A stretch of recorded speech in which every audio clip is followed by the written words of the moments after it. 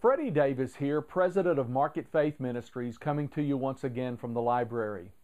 MarketFaith Ministries provides radical disciple training to help believers become more knowledgeable of and confident in their Christian faith.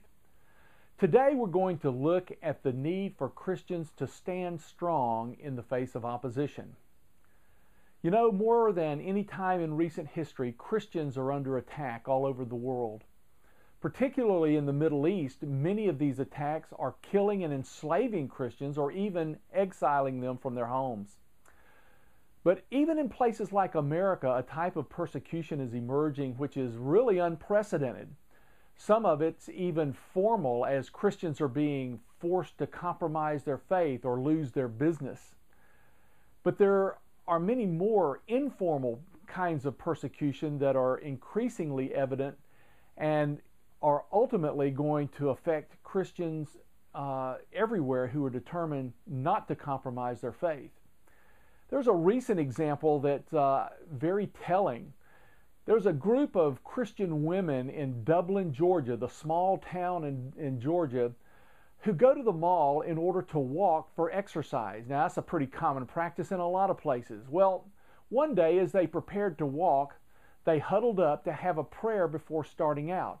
And when they did that, a security guard came over and told them that prayer was not permitted in the mall. Even over the food in the food court, they asked. Yes, they were told, even in the food court, prayer was not permitted. Now, of course, the mall is a private business and they can make any kind of rules they want. But what does this say about how Christians are being pressured in our modern culture? The fact is, there's a great deal of hostility toward Christians these days, and it's important how we deal with it. There are several things that we need to take into consideration. First consideration is that every time we need to maintain an attitude of love and humility.